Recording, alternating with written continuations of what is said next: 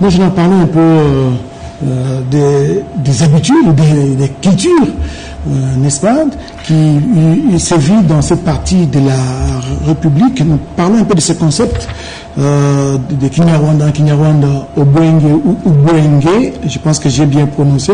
Et vous, quelle est la connotation que vous donnez à ces concepts que d'aucuns qualifient d'intelligence? Oui, beaucoup de gens ne connaissent pas les Rwandais. Moi non plus. Mais j'ai eu à conférer, à échanger avec quelqu'un qui connaît les Rwandais, particulièrement les Tutsis, qui a travaillé chez eux comme enseignant pendant très longtemps, et que j'ai eu à échanger avec lui lors d'une rencontre. Et d'emblée, ce que j'ai compris, c'est que la langue Kinyarwanda, c'est une langue bantoue. Ce n'est pas une langue nilotique. Or, les Tutsis sont des nilotiques. Oui, ils sont venus adopter cette langue lorsqu'ils sont arrivés au Rwanda. Donc, il y a un terme, un concept appelé, nommé Obwenge. Obwenge, c'est un concept qui est utilisé dans les langues bantoues du Nord Kivu et du Sud Kivu. Chez les Chi, on l'utilise, chez les Wunde et dans d'autres langues, on parle de ces concepts-là, Obwenge. Obwenge signifie intelligence. C'est intelligence.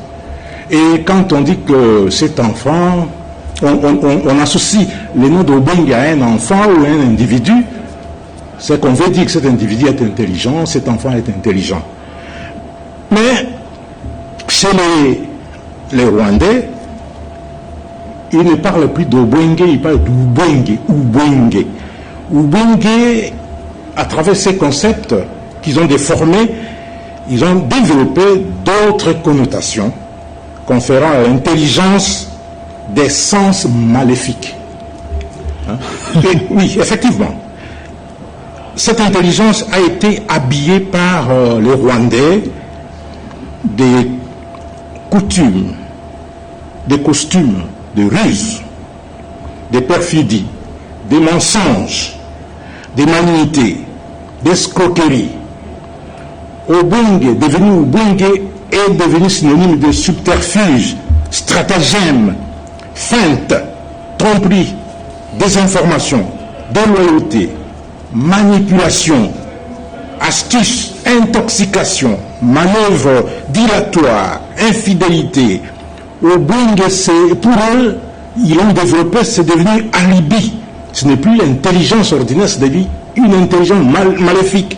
Alibi, capacité de nuire, mauvaise foi, abus de confiance. Obwenge, c'est aussi la malveillance, la traîtrise, le non-respect des engagements, le manquer à la parole donnée, feindre la réalité, duplicité, fourberie, hypocrisie, infidélité. Et ça, on enseigne cela aux enfants dès le bas âge. C'est devenu une culture qu'on enseigne aux enfants dès le bas âge pour devenir perfides. Donc, le régime actuel à Kigali en a fait toute une culture et inculque ces principes aux générations pour le pérenniser. Donc, il n'y a pas lieu de s'étonner de leur attitude, de ce qu'ils ont fait. Ils signent un accord et ils ne le respectent pas, c'est leur nature. Donc, ils signent un accord, comme c'est le cas le 4 décembre 2025 à Washington. Le président Kagame a signé cet accord. Et avant même de signer, puisqu'à Washington, le 4 c'était un peu tard, le même jour ils attaquaient la RDC à partir du territoire rwandais. Avant de signer. Voilà. À partir du territoire, ils attaquaient, ils larguaient des bombes sur le territoire congolais. Et c'est pratiquement sapé, jeter le discrédit sur cet accord qui a été parrainé par le président américain Donald Trump. Parlons un peu du mariage civil, le mariage chez... C'est le même principe, Oscar, le perfidie, qui fait que lorsque vous épousez aujourd'hui une femme, tout il faut faire attention. Ah bon? Oui, il faut faire attention parce que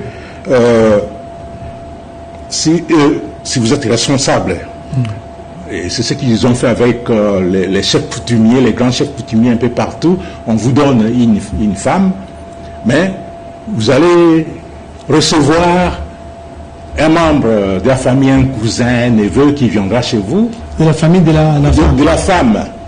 Et on va vous présenter comme le neveu, le cousin, alors que ce n'est pas un neveu, ce n'est pas un cousin, c'est la personne qui viendra faire les enfants avec votre épouse à la maison. Et on vous dira que non, les enfants naissent Tutsi comme des Tutsis parce que la race Tutsi est supérieure, alors que c'est une perfidie. C'est toujours la perfidie, Ubwengi. Inculquée même chez les femmes tous. Effectivement. Là, c'est très dangereux. Moi, je voulais-vous dire que les Rwandais aujourd'hui sont capables de tout, parce que vous parlez des Ubwengi, on est en train d'inculquer le mensonge, la perfidie, le non-respect des engagements aux tout petits, et quand ils grandissent, on assimile cela à de l'intelligence. Pensez-vous que le Rwandais ou le Rwanda aujourd'hui est capable de tout? Oui, le Rwanda est capable de tout. Et le pouvoir rwandais est déterminé à déstabiliser la République démocratique du Congo, à déstabiliser notre pays et ses institutions. Et c'est pourquoi j'interpelle tous les Congolais, que vous soyez de gauche ou de droite, du centre ou je ne sais de quelle obédience, nous n'avons que ce pays et nous devons le protéger. Et nous devons ouvrir l'œil et les bons, puisque les Rwandais ne baisseront jamais pavillon. Ils vont continuer autrement à chercher à déstabiliser notre pays. Enfin, utilisant les fils effectivement. Vous avez vu la plupart d'officiers généraux et supérieurs arrêtés.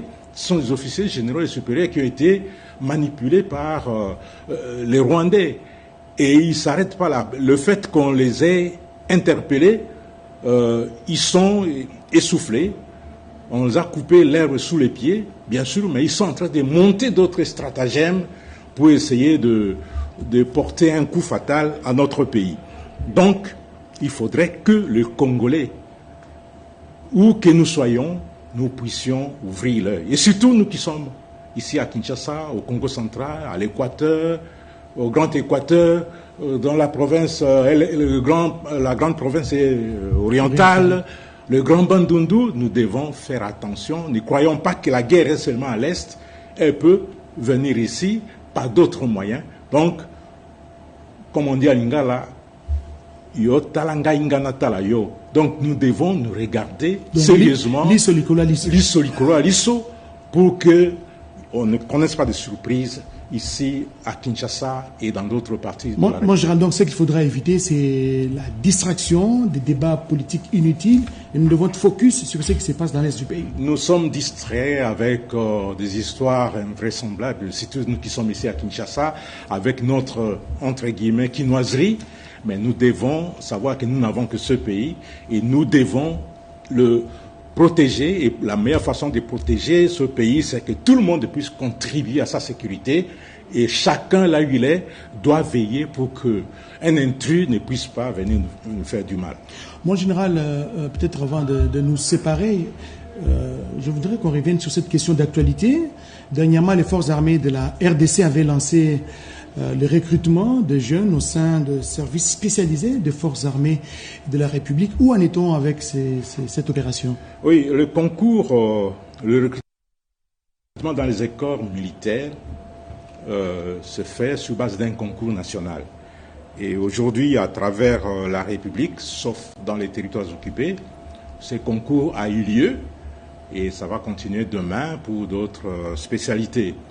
Et beaucoup de jeunes ont répondu présent. Le concours a eu lieu ici au Grand Golo. Et d'autres candidats ont passé, les candidats militaires ont passé les concours au Centre supérieur militaire pour Kinshasa. Et dans toutes les provinces, le concours a eu lieu, sauf dans les territoires occupés. Et ce concours a lieu une fois l'an. Ceux qui n'ont pas eu l'occasion de le faire doivent se faire inscrire pour l'année prochaine. Et le processus continue. Et c'est dans quelle spécialité comme ça? Non, dans toutes les spécialités. Nous, cette fois-ci, le chef d'état-major général des forces armées de la République démocratique du Congo, sous instruction du commandant suprême, a demandé à